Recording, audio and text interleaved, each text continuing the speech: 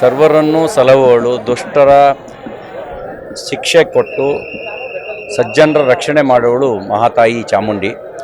ಆ ತಾಯಿ ಚಾಮುಂಡಿ ದೇಶದ ಶತ್ರುಗಳನ್ನು ನಾಶ ಮಾಡಲಿ, ದೇಶದ ಒಳಗಿರುವ ಶತ್ರುಬುದ್ಧಿಯನ್ನು ನಾಶ ಮಾಡಲಿ, ಸಜ್ಜನರಿಗೆ ರಕ್ಷಣೆ ಕೊಟ್ಟು ಸಜ್ಜನರ ಪರಂಪರೆಯನ್ನು ರಕ್ಷಿಸಲಿ ಅಂತ ಆ ತಾಯಿಯಲ್ಲಿ ಪ್ರಾರ್ಥಿಸ್ತೀನಿ. ನಾಳೆ ನಮ್ಮ ಪ್ರಧಾನಮಂತ್ರಿ ಶ್ರೀ ನರೇಂದ್ರ ಮೋದಿಜಿಯವರು ಬರ್ತಾ ಇದ್ದಾರೆ.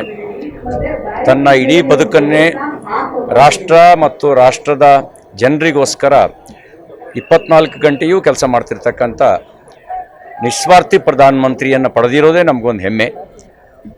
ಅವರ ಪ್ರತಿಯೊಂದು ನಡೆ ನುಡಿ ಎಲ್ಲವೂ ಕೂಡ ಪ್ರೇರಣೆಯನ್ನು ಕೊಡುತ್ತೆ. ಅವರ ಪ್ರತಿಯೊಂದು ಕ್ಷಣವೂ ರಾಷ್ಟ್ರಹಿತಕ್ಕಾಗಿಯೇ ಮೀಸಲಾಗಿದೆ.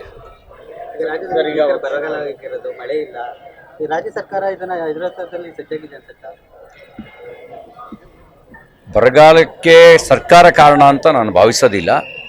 ಬರ ನಿರ್ವಹಣೆಯ ಜವಾಬ್ದಾರಿ ಸರ್ಕಾರದ ಮೇಲಿದೆ. ರೈತರಿಗೆ ಆತ್ಮವಿಶ್ವಾಸ ತುಂಬಿ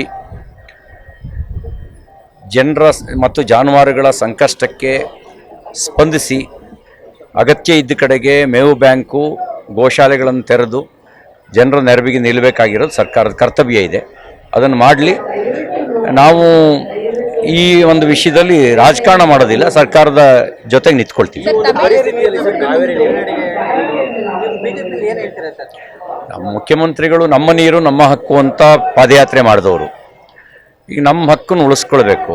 ನಾನು ನೆನ್ನೆನೇ ಹೇಳಿದ್ದೀನಿ, ಕರ್ನಾಟಕದ ಮುಖ್ಯಮಂತ್ರಿ ತಮಿಳ್ನಾಡಿನ ವಾಟರ್ ಮ್ಯಾನ್ ಅಲ್ಲ. ನಮ್ಮ ನೀರು ನಮ್ಮ ಹಕ್ಕು ಅಂತ ಅವರೇ ಹೇಳಿದ್ದಾರೆ. ಹಕ್ಕನ್ನು ರಕ್ಷಣೆ ಮಾಡಲಿ. ನಮಗಿಲ್ಲಿ ನೀರಿದ್ದಾಗ ನೀರು ಬಿಡೋದು ತಪ್ಪು ಅಂತ ನಾನು ಹೇಳೋದಿಲ್ಲ. ನೀರೇ ಇಲ್ಲದೆ ಇದ್ದಾಗ ನೀರು ಬಿಡಿ ಅಂದರೆ ಎಲ್ಲಿಂದ ಬಿಡೋದು? ಈಗ ಇದನ್ನೇ ಅವಲಂಬಿಸಿ, ಇದು ನಮ್ಮ ಜೀವ ನಾಡಿ, ಇದು ಜೀವನದಿ. ಅದು ನಮಗೆ ಕುಡಿಯೋ ನೀರಿಗೆ ಬೇಕು. ಕುಡಿಯೋ ನೀರಿಗೆ ಇದೆಯಾ? ಮೊದಲ ಆದ್ಯತೆ ಅಲ್ವಾ? ಮುಖ್ಯಮಂತ್ರಿಗಳೇ ಹೇಳಿದಾರಲ್ಲ, ರಾಜ್ಯದ ಎಲ್ಲ ಜಲಾಶಯಗಳಿಗೆ ಕುಡಿಯೋ ನೀರನ್ನು ಮೀಸಲಾಗಿಟ್ಟು ಆಮೇಲೆ ನೀರಾವರಿ ಅಂಥೇಳಿ. ಈಗ ನಮಗೆ ಕುಡಿಯೋ ನೀರಿಗೆ ಮೀಸಲಾಗಿಟ್ಟು ಹೆಚ್ಚುವರಿ ನೀರಿದ್ದರೆ ಬಿಡೋದು ತಪ್ಪಲ್ಲ. ನೀರೇ ಇಲ್ಲದೆ ಇದ್ದಾಗ ಬಿಟ್ಟು ಏನು ಮಾಡ್ತೀರಿ? ಅದಕ್ಕಾಗಿ ನಮ್ಮ ಹಕ್ಕನ್ನು ಉಳಿಸಿ, ನಾವು ನಿಮ್ಮ ಜೊತೆಗೆ ಇರ್ತೀವಿ. ನೀವು ನಮ್ಮ ಮುಖ್ಯಮಂತ್ರಿ.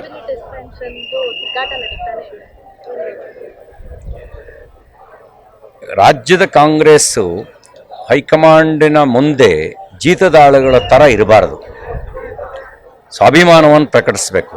ಯಾಕೆಂದರೆ ನಮ್ಮ ಸಿದ್ದರಾಮಯ್ಯನವರಿದ್ದಾಗ, ನಮ್ಮ ಮಲ್ಲಿಕಾರ್ಜುನ್ ಖರ್ಗೆ ಇದ್ದಾಗ, ನಮ್ಮ DK ಶಿವಕುಮಾರ್ ಇದ್ದಾಗ ಅಲ್ಲಿ ಯಾರೋ ಕೆಲವರು ಇವ್ರನ್ನೆಲ್ಲ ಜೀತದಾಳುಗಳ ಥರ